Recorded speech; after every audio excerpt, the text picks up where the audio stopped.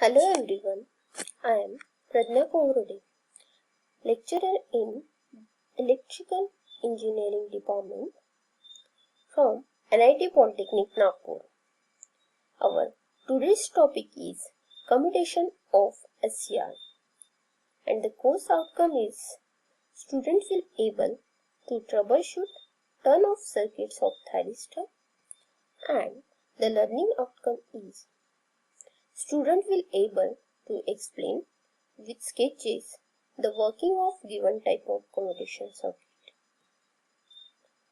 In the previous lecture, we studied about the various turn-on methods of SCR like forward voltage triggering method, thermal triggering method, radiation triggering method, dV by dt triggering method and the gate triggering method. Where the gate triggering method is of three types: AC gate turn-on method, DC gate turn-on method and the pulse gate turn-on method. AC gate turn on method दो type की रहती है, R triggering circuit and RC triggering circuit. And RC triggering circuit हमने दो तरीके से study किया है, एक RC half wave trigger circuit and RC full wave trigger circuit.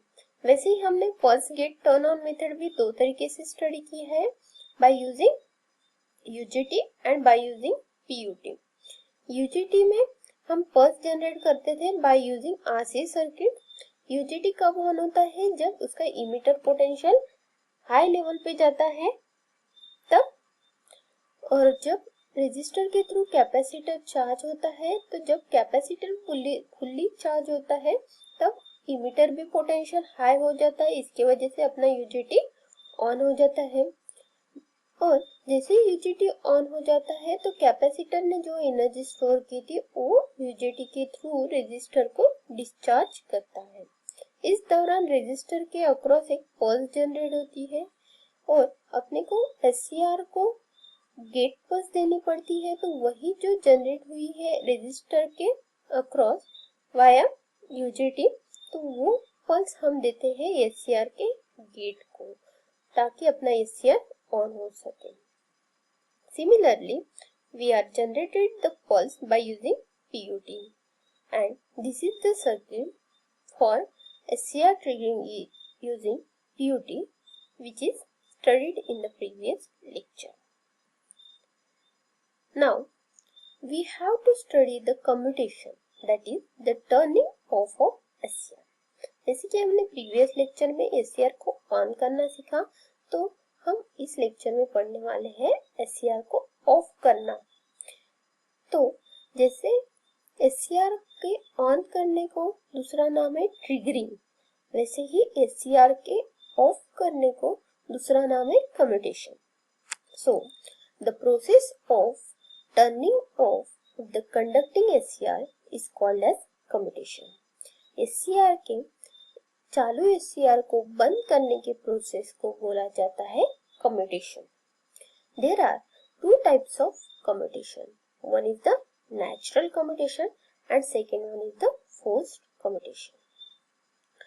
SCR को ऑफ करने के लिए हमको तीन कंडीशन जरूरी है। First one is the anode voltage is negative with respect to cathode. Second, anode current should be less than holding current, and third condition is the VAK, that is voltage across anode to cathode is equal to 0. जैसे कि हमको पता है SCR को अगर on करना है तो हमको पहले तो SCR फॉरवर्ड बायस होना चाहिए, मतलब एनोड पॉजिटिव होना चाहिए विथ रिस्पेक्ट टू कैथोड। सो इसी तरीके से अगर SCR को अगर ऑफ करना है तो यहाँ पे उल्टा होगा, क्या होगा? Anode voltage is negative with respect to cathode. दूसरी कंडीशन ऐसी थी हमारी कि होल्डिंग करंट के, जब हमने पढ़ा था होल्डिंग करंट मतलब क्या होता है? SCR को ऑन रखने के लिए मिनिमम करंट जो देना पड़ता है उसको बोलते हैं होल्डिंग करंट। तो अगर वो मिनिमम करंट से अगर हमारा करंट कम होता है, जैसे कि होल्डिंग करंट से अगर करंट कम होता है तो अपना SCR क्या होगा? अल्टीमेटली ऑफ हो जाएगा। तो SCR को अगर ऑफ करना है तो हमको क्या करना पड़ेगा? SCR में से जाने वाला करंट होल्डिंग करंट से भी कम करना पड़ेगा ताकि अपना SCR ऑफ हो सके। And third one condition is the anode और कैथोड के बीच का जो वोल्टेज है वो 0 रहेगा तब। तो फर्स्ट वन देखते हैं natural commutation. When the input supply is AC, after every half cycle, current becomes 0 and the reverse voltage is applied to the SCR. Therefore, naturally turn off the SCR. यहाँ पे हमने input दिया है AC supply, दो type के supply होते हैं, एक AC और दूसरा DC।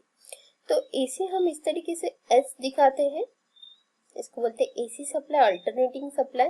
वेवफॉर्म इस तरीके की रहती है, पॉजिटिव नेगेटिव, फिर से पॉजिटिव नेगेटिव, मतलब ये पॉजिटिव नेगेटिव ये आइडेंटिकल पार्ट हो गया, यही क्या होता है बार बार रिपीट होता है, ठीक है। तो इसमें क्या होगा, जैसे ही पॉजिटिव हाफ साइकिल आती है उसके बाद क्या हो जाता है, यहाँ पे करंट 0 हो जाएगा, उसके बाद फिर से नेगेटिव हाफ साइकिल आएगी।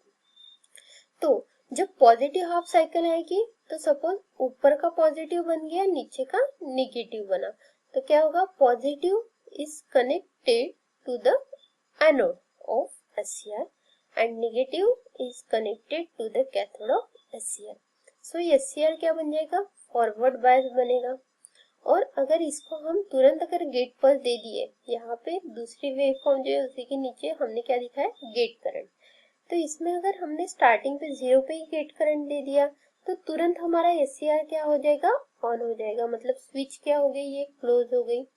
तो ये पॉजिटिव जो था ऊपर वाला ये SCR के थ्रू इसको लोड को कनेक्ट हो जाएगा और निगेटिव यहाँ से लोड को कनेक्ट हो जाएगा। मतलब जो भी पॉजिटिव हाफ साइकिल का जो वोल्टेज आया था वो पूरा का पूरा किसको मिलेगा, अपने लोड को मिलेगा, क्योंकि हमने स्टार्टिंग में ही गेट पर दे दी है।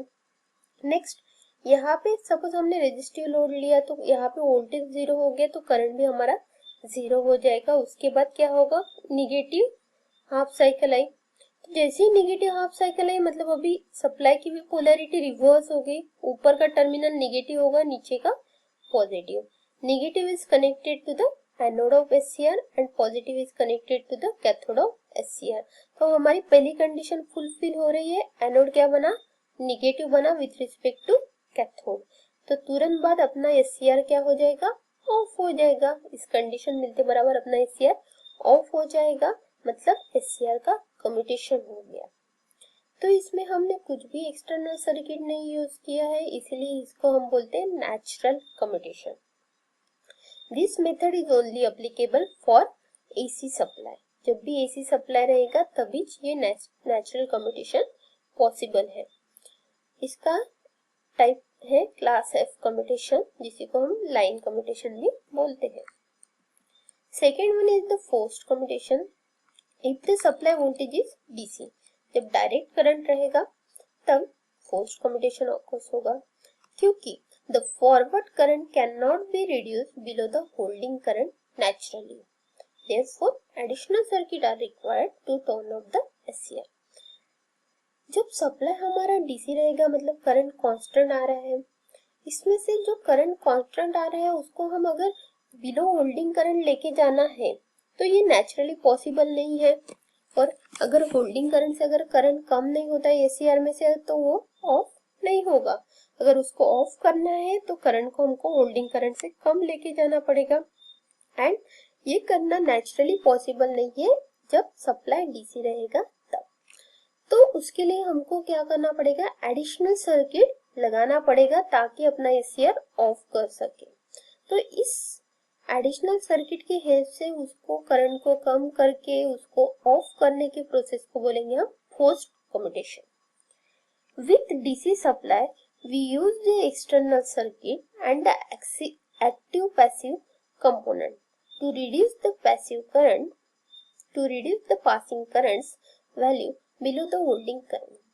तो हम DC सप्लाई के साथ कुछ external circuit active passive component लगाएंगे, इंडक्टर कैपेसिटर जैसे कंपोनेंट लगाएंगे ताकि हम उसमें से जाने वाले करंट को रिड्यूस कर सके, कम कर सके below the holding current. The circuit involved in this process is called as the commutation circuit. तो DC सप्लाई के साथ जो अदर एक्सटर्नल सर्किट लगाना पड़ेगा उस सर्किट को बोलेंगे हम कम्यूटेशन सर्किट। और जो कम्यूटेशन सर्किट के लिए जो कंपोनेंट लगेंगे जैसे कि इंडक्टर कैपेसिटर, तो वो कंपोनेंट को बोलेंगे हम कम्यूटेटिंग कंपोनेंट्स। कम्यूटेशन जो रहता है फोर्स्ड कम्यूटेशन, ये 5 फॉलोइंग टाइप्स का रहता है। First one is the class A commutation which is also known as self commutation by resonating the load. Second one is the class B commutation, that is self commutation by LC circuit. Third one is the class C commutation, that is complementary commutation. Fourth one is the class D commutation, impulse commutation, and fifth one is the class E external pulse commutation. Therefore, comparison between natural commutation and forced commutation. Natural commutation कब होता है? जब source कौन से type का रहता है? AC type का। एंड फोर्स कम्यूटेशन कब होता है? जब सोर्स रहता है डीसी टाइप का। नेचुरल कम्यूटेशन में कोई टाइप नहीं होता है, जबकि फोर्स कम्यूटेशन में 2 टाइप होते हैं। First one is the current commutation and second one is the voltage commutation. Natural commutation naturally होता है, उसमें कुछ कम्यूटेटिंग कंपोनेंट्स लगाने की जरूरत नहीं पड़ती है। Therefore in natural commutation, external commutating components are not required, whereas in forced commutation, external commutating components are required.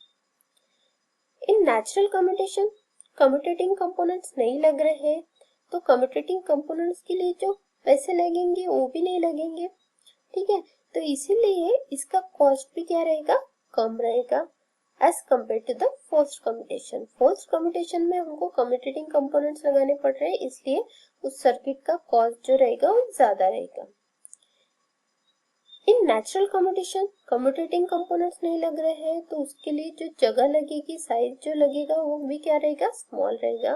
Whereas in forced commutation, size of commutation circuit is large. Number 6 point, SCR turn off when forward current going below the holding current and when the AC cycle is changed.